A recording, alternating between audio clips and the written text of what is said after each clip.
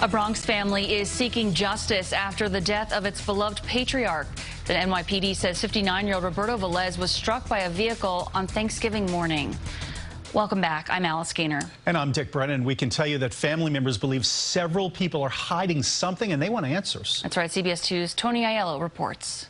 Somebody saw something that night on Bruckner and Havemeyer. That night, somebody saw something. A plea from the sister of Roberto Velez, who died last week after being removed from life support. The NYPD believes he was struck by this van early on Thanksgiving morning as he returned home from work at the Four Seasons Hotel. There is something unusual about this hit and run. The NYPD says surveillance video shows after the van struck Mr. Velez, it pulled up the street and stopped. Then, two people are seen running right past the victim without rendering aid. They get into that van and it drives away. A source says cops are looking at the possibility those two people chased Velez into the street before he was struck. And to just leave my father there on Thanksgiving morning with no care in the world, I just hope that the people involved are eventually brought to justice. The victim's two sons say the experience has been a nightmare.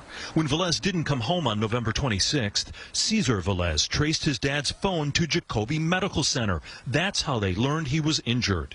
They feel between the holiday and the pandemic, the investigation got off to a slow start.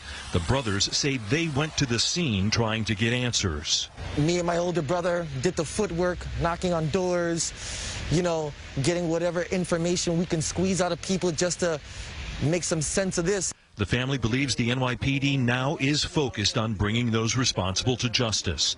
A small group will gather Monday night at Lucchese Funeral Home to say goodbye to a man who loved animals and dedicated himself to making better lives for his family.